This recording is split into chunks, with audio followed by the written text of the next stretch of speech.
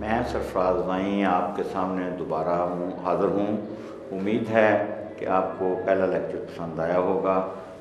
آج کا جو لیکچر ہے اس میں ہم بات کریں گے نیوروسس پر، اسے ہم اردو میں خفیف ذہنی امراض کہتے ہیں۔ یہ انتہائی دلچسپ اور اہم موضوع ہے کیونکہ یہ انسان کے ان احوال کے بارے میں ہے جو اسے بڑا پریشان کیے رکھتے ہیں۔ اس میں جو عام طور پر بیماریاں پریولنٹ ہیں، آج کل بھی ہیں وہ اور قدیم زمانے سے چلی آ رہی ہیں، ان میں سر فہرست انگزائٹی ہے، اور دوسرا بے جا خوف ہے، اور تیسرا اس میں جو ہے وہ ہسٹیریا ہے۔ تو جدید دور کی یہ بیماریاں زیادہ لوگوں میں اس وقت پھیلی ہوئی ہیں۔ انگزائٹی سے مراد یہ ہے کہ کوئی شخص جو ہے وہ اپنے آپ کو ٹینس محسوس کرتا ہے۔ نمبر 2، وہ اپنے آپ کو ایسے خوف میں محسوس کرتا ہے جس کو کہ وہ بتا نہیں سکتا کہ وہ کس خوف میں مبتلا ہے۔ اس کی میجر علامات میں تیسری علامت یہ ہوگی کہ اس شخص کو ہارٹ پلپیٹیشن بہت زیادہ ہو جائے گی، اس کو پسینے بہت زیادہ آئیں گے، اور بعض اوقات وہ فینٹ بھی ہو جاتا ہے۔ اور یہ صرف اور صرف یہ ذہنی فنکشنز کی وجہ سے ایسا ہو رہا ہے۔ اس کے دماغ یا اس کے پیریفرل نروس سسٹم میں یعنی محیطی نظام عصبی میں کوئی خرابی نہیں ہوتی، اور اس کا زندگی سے رابطہ بھی بالکل انٹیکٹ ہوتا ہے۔ تو اس میں وہ مریض بہت بے چین اور پریشان رہتا ہے۔ اس کا جو علاج آج کل کیا جا رہا ہے وہ تو کیمو تھراپی کے ذریعے سے کیا جا رہا ہے، یہ ٹرنکلائزر دے دیتے ہیں، اور ٹرنکلائزر سے یہ وقتی طور پر ٹھیک بھی ہو جاتا ہے۔ باقاعدہ ایسے مریض کو جو ہے نفسیات کے کسی ماہر کے پاس لے جایا جائے، اور وہ اس کا نفسیاتی تجزیہ کر کے اس کے ان تضادات اور اس کی وہ چھپی ہوئی خواہشات اور یا گلٹ جو بھی اس کے اندر ہو اس کا تجزیہ کر کے اس کا علاج کرے۔ دوسرا میجر پرابلم جس وقت ہمیں پیش آ رہا ہے وہ ہے بے جا خوف اور ڈپریشن اور ہسٹیریا۔ تو اگر ہم بے جا خوف کو لیں تو بے جا خوف جو ہے وہ انگزائٹی ہی کی ایک ایکسٹینشن ہے، لیکن اس میں اسے فوبیا کہتے ہیں۔ اس میں صرف یہ ہوتا ہے کہ جو شخص ہے وہ ایک ایسی چیز سے ڈر رہا ہوتا ہے جس سے کہ ڈرنے کی کوئی معقول یا منطقی وجہ نہیں ہوتی۔ مثال کے طور پہ اس میں بڑے جو مشہور فوبیاز ہیں وہ ہائیڈروفوبیا، پانی کا خوف، یا اونچی جگہوں کا خوف، کھلی جگہوں کا خوف۔ تو یہ بھی انگزائٹی ہی کی ایک شکل ہے، لیکن یہ خوف ایک مخصوص چیز کا خوف ہوتا ہے جو کہ بے ضرر ہوتی ہے۔ مثلا ایسا شخص جس کو اونچی جگہوں کا خوف ہو وہ کسی اونچی جگہ پہ کھڑا نہیں ہو سکتا۔ ہائیڈروفوبیا، پانی کے خوف والا شخص جو ہے وہ بھی کسی سمندر کو نہیں دیکھ سکتا، دریا کو نہیں دیکھ سکتا، اور عام زندگی میں بھی وہ بے چین رہتا ہے۔ اور ایسی صورتحال میں جب اس کو کہ جس چیز سے وہ خوف زدہ ہے اگر اس کو لے جایا جائے پانی والا فوبیا والے کو، تو وہ وہی علامات دے گا جو کہ انگزائٹی میں دی جاتی ہے۔ مثلا وہ گھبرا جائے گا، اس کا دل دھڑکنا شروع ہو جائے گا، اس کو پسینے آ جائیں گے، وہ ریسٹ لیس ہو جائے گا، اور وہ اس صورتحال سے بھاگنے کی کوشش کرے گا۔ نیکسٹ جو آتا ہے وہ ڈپریشن ہے، اور ڈپریشن جو ہے وہ آج بہت عام ہے، پوری دنیا میں بھی ہے اور پاکستان میں بھی یہ بہت عام ہو رہا ہے۔ ڈپریشن کی عام طور پہ 2 قسمیں ہوتی ہیں، ایک میجر ڈپریشن ہے اور ایک بائی پولر۔ میجر ڈپریشن میں یہ ہے کہ انسان مستقل طور پر ایک ہی موڈ میں رہتا ہے، یعنی کہ وہ افسردہ رہتا ہے، اور وہ اپنے آپ کو بیکار سمجھتا ہے، اس میں توانائی کی شدید کمی وہ اپنے آپ میں محسوس کرتا ہے۔ اس کے علاوہ وہ خودکشی کے بارے میں سوچتا ہے، اور زندگی سے بالکل وہ اپنے آپ کو مایوس سمجھتا ہے، اور لوگوں سے وہ وڈرا کر جاتا ہے، اور سوسائٹی میں وہ دوسروں کے ساتھ میل جول کم کر دیتا ہے۔ اس کا ایک میجر سمٹم یہ ہے کہ یا تو وہ شخص بہت کم کھانا شروع کر دے گا جس کی وجہ سے وہ کمزور ہو جائے گا، یا اس کے بالکل الٹ ہے کہ وہ بہت زیادہ کھانا شروع کر دے گا اور وہ بہت زیادہ موٹا ہو جائے گا۔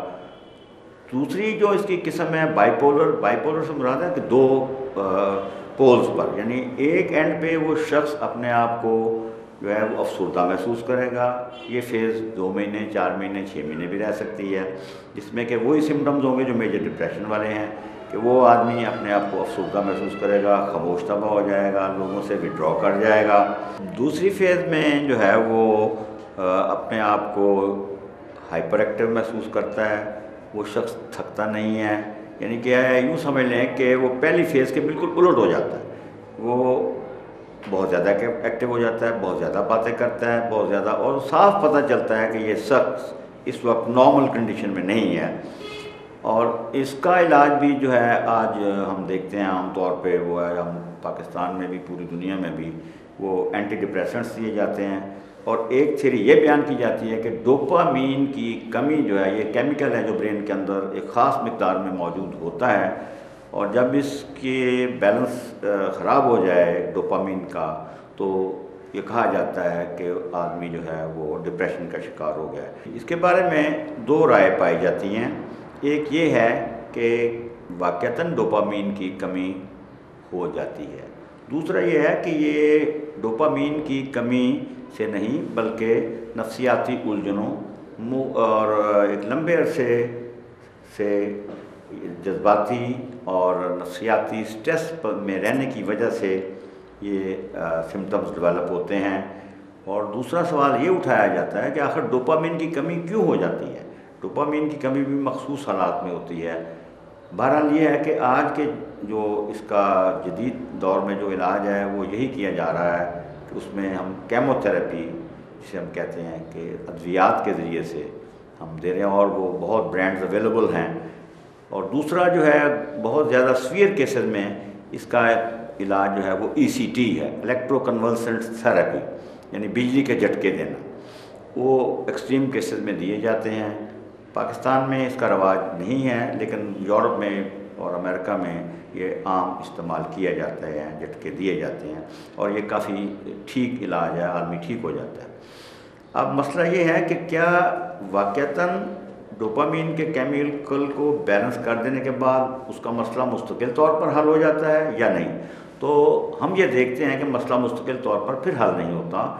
وہ شخص ساری زندگی اینٹی ڈپریسنٹس لیتا رہتا ہے، تو اس کا بھی پھر دوبارہ سے یہی حل ہوگا کہ وہ شخص کا باقاعدہ نفسیاتی مطالعہ کیا جائے اور اس کو اینالائز کر کے اس کے جو پرابلمز ہیں وہ ایڈریس کیے جائیں، اور اس پر پھر اس کا ٹریٹمنٹ نفسیاتی طریقے سے کیا جائے، اور اگر ضرورت ہو تو اس کو مختلف قسم کے کیمیکلز یا ECT وغیرہ ضروری جو سمجھی جائے وہ دی جائے۔ تیسری اور اہم بیماری جو ہے وہ یہ ہے ہسٹیریا جسے کہا جاتا ہے۔ اس میں انسان کے نفسیاتی مسائل جو ہیں وہ جسمانی بیماری کی علامات کی شکل اختیار کر جاتی ہیں۔ مثال کے طور پہ ہسٹیریائی اندھا پن، جسے ہسٹیرک بلائنڈنس کہتے ہیں، یعنی آدمی کی آنکھیں ٹھیک ہیں لیکن وہ اپنے آپ کو اندھا محسوس کرتا ہے۔ ہسٹیرک جیسی پیرالسس ہو جاتا ہے، اس کے دماغ کی نسوں میں کوئی مسئلہ نہیں ہے، اعصاب ٹھیک ہیں، اس طرح سے اور بہت سے باؤل کے پرابلم اس کو ہو جاتے ہیں۔ یعنی نفسیاتی الجھنوں کو وہ جسمانی بیماریوں کی علامتوں کی شکل میں پریزنٹ کر رہا ہے۔ آج کل اس کو سمیٹوفارم بھی ہم کہتے ہیں۔ تو سمیٹوفارم جو ہے اس میں بھی ہم ادویات ہی کا استعمال کر رہے ہیں، اور ادویات ہی کے ذریعے سے اس کا علاج ہو رہا ہے۔ اصل میں یہ بات چونکہ نفسیاتی طریقہ علاج چونکہ بہت ٹائم لینے والا ہے، ٹائم کنزیومنگ ہے، اور اس کا بڑا پروسیس سلو ہے، اس لیے اس کو عام طور پہ ہم استعمال نہیں کرتے، اور ہم چونکہ گولی کھا لینا، پل لے لینا یہ ایک آسان کام ہے۔ اس کے لیے بھی کیمو تھراپی ہی عام طور پہ استعمال ہو رہی ہے سمیٹوفارم میں، اور اس پہ جو صحیح طریقہ علاج اس کا یہی ہے کہ انسان کے جو حقیقی مسائل جن سے وہ سفر کر رہا ہے، جو اس کے تضادات ہیں ان کو حل کیا جائے، اور اس کا نفسیاتی علاج کیا جائے، جو کہ دیر پا بھی ہوگا، اور اس میں اس کو اپنے ایڈجسٹمنٹ میں بھی مسائل نہیں پیش آئیں گے۔